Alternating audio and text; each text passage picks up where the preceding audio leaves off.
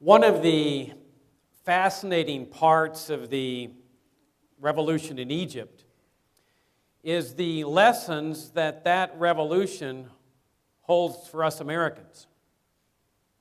One of the most persistent and insistent demands of the demonstrators has been for the Mubarak dictatorship to lift the nation's anti-terrorism law. Now, this was a law that was enacted in the height of an emergency, the assassination of the president of the nation 30 years ago. It was a temporary measure designed to last only until national security was secured and until the war on terrorism in Egypt was resolved satisfactorily. It is this anti-terrorism legislation that enabled the Egyptian dictatorship to commit unfettered searches of people's homes and businesses in order to protect the nation from the terrorists. Warrantless searches to arrest people arbitrarily, simply on suspicion of being involved with a terrorist group, again to protect the nation and to protect the national security. To detain people in Egyptian jails indefinitely on suspicion of being a terrorist. And of course, to secure information about possible future terrorist attacks, future assassinations of government officials, through torture. Torturing these suspected terrorists to divulge that information, to protect the nation. And of course, where necessary, to engage in extrajudicial executions of people engaged in terrorism.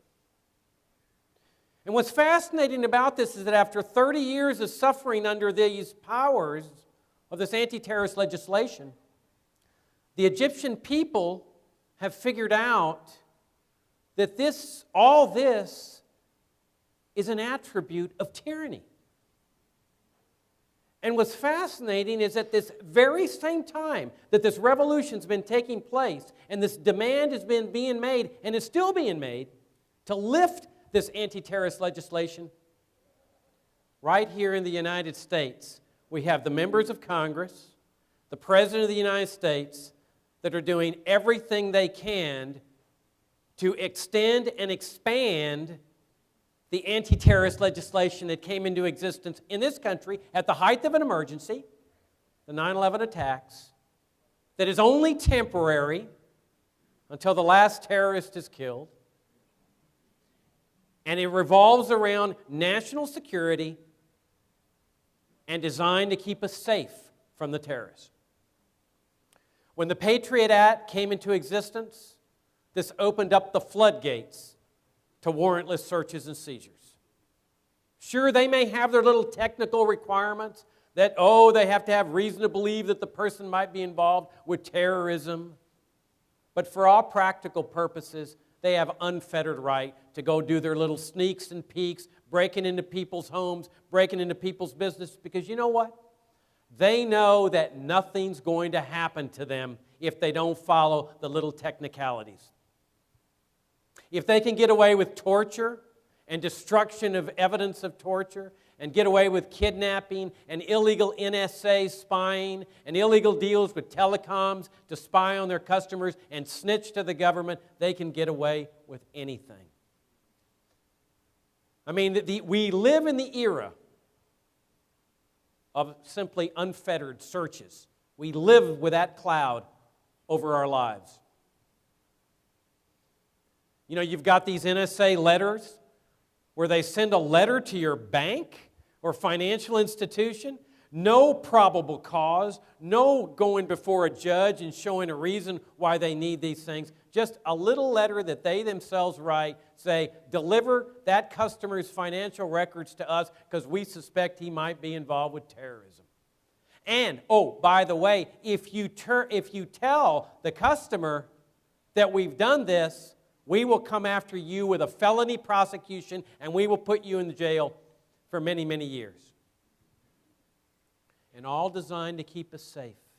And then you've got that inane library requirement where they're monitoring what people are reading in order to protect us from the terrorists. And you see, it's not just the Patriot Act.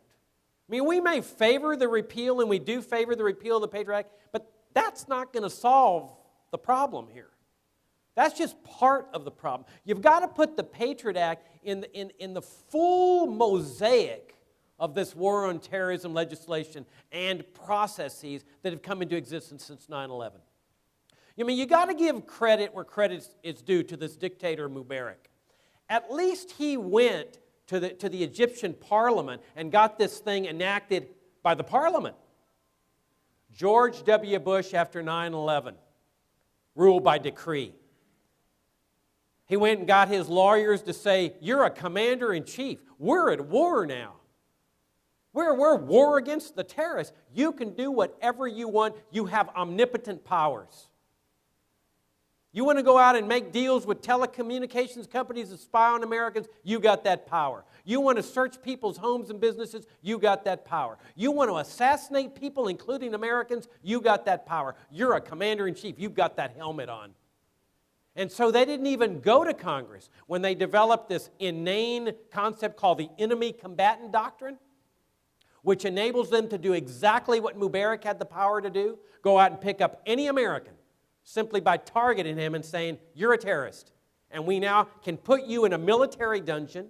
We can whisk you to Guantanamo if we wish. We can torture you. We can isolate you. We can execute you. We can do whatever we want. Oh, by the way, we have special tribunals to handle these things, just like Mubarak's legislation had national security courts. And all of this to keep us safe, to protect us from the terrorists, the exact same justification that the Mubarak dictatorship has used for 30 years. And that's the anomaly here. You see, this crisis in Egypt has almost certainly caused inner conflict within the American people. Because here they're celebrating, they're watching people celebrate the toppling of this dictator, demanding that the first thing this military regime do is lift this anti-terrorist legislation, while Americans are over here saying, wait a minute, this anti-terrorist legislation is pro-freedom. It's pro-democracy. It's to keep us safe. Please expand it, extend it, protect us, make us safe. And it goes even deeper than that. You see, because while the world is celebrating the toppling of a dictator, U.S. officials, despite their ostensible celebration of this thing, are very conflicted. And so are a large segment of the American people. Because you see, this was our government's dictator. This was our government's torture machine. It wasn't just the tear gas canisters that were made in America. It was the instruments of torture. It was those torture rooms that were paid for with U.S. taxpayer cash in the form of foreign aid to this dictatorial regime. This was our ally. This was our friend. The Vice President, Suleiman, was our torturer. He was the guy that struck the torture rendition deal with the CIA that enabled the CIA to kidnap a man in Italy and rendition him to Egypt to get tortured so that our government could say, we are exceptional. We don't torture. It's people that torture on our behalf. And so here's the anomaly. That here these people are recognizing that anti-terror legislation is an attribute of tyranny.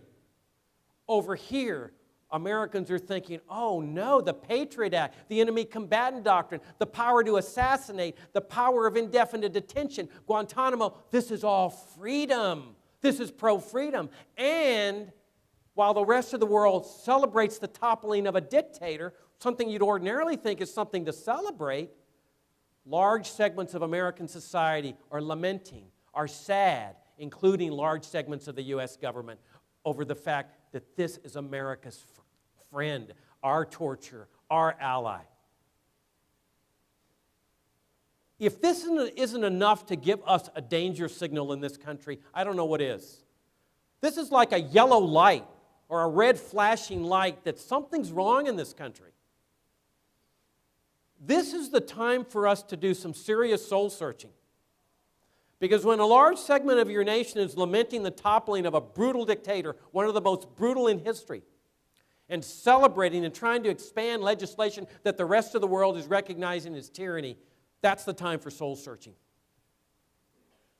We need to be asking ourselves the same kind of questions that our American ancestors were asking in 1776. The same kind of questions they were asking in 1787. What does it mean to be free? What does it truly mean to be free? What is the role of government in a free society? And what is the duty of the citizenry when a government becomes destructive of the legitimate ends of the people? And in order to do this soul searching, we need to return to first principles.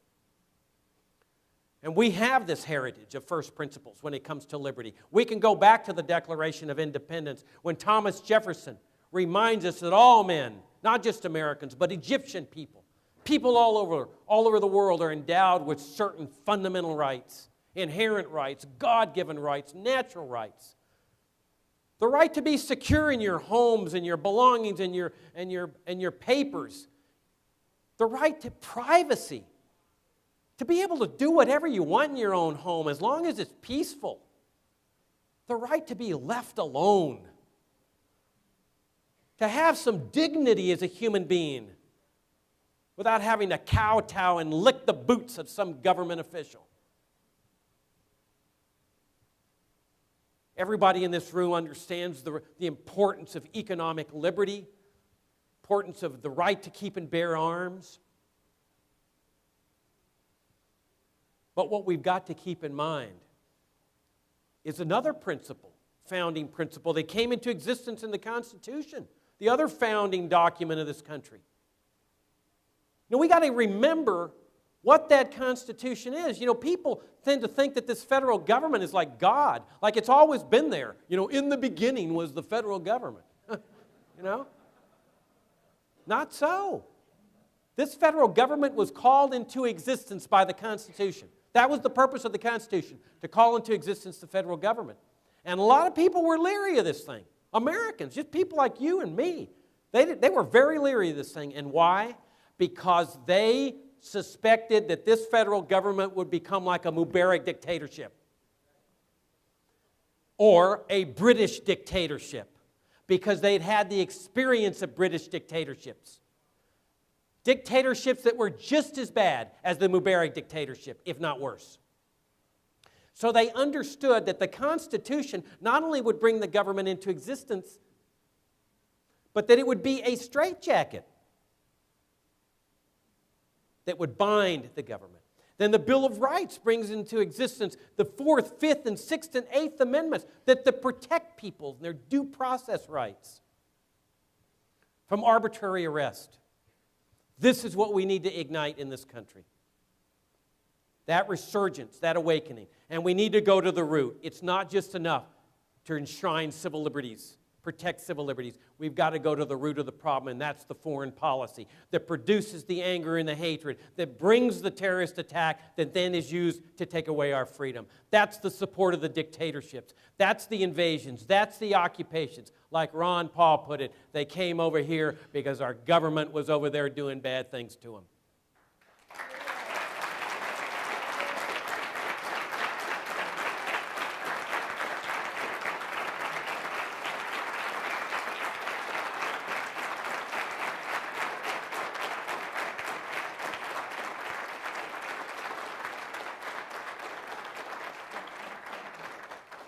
We need an awakening in this country. We need an awakening that will cause the entire rest of the world to stop dead in its tracks. As the American people start to rumble and discover our heritage of liberty, we need to lead the world out of this morass. Not only with respect to economic liberty, not only with respect to the end of the drug war, not only with respect to gun rights, we need to show the world the importance of civil liberties, due process of law, the rights enshrined in the 4th, 5th, 6th, and 8th Amendments. That's where the Campaign for Liberty comes in. That's where you come in. You are the light that is shining through this darkness.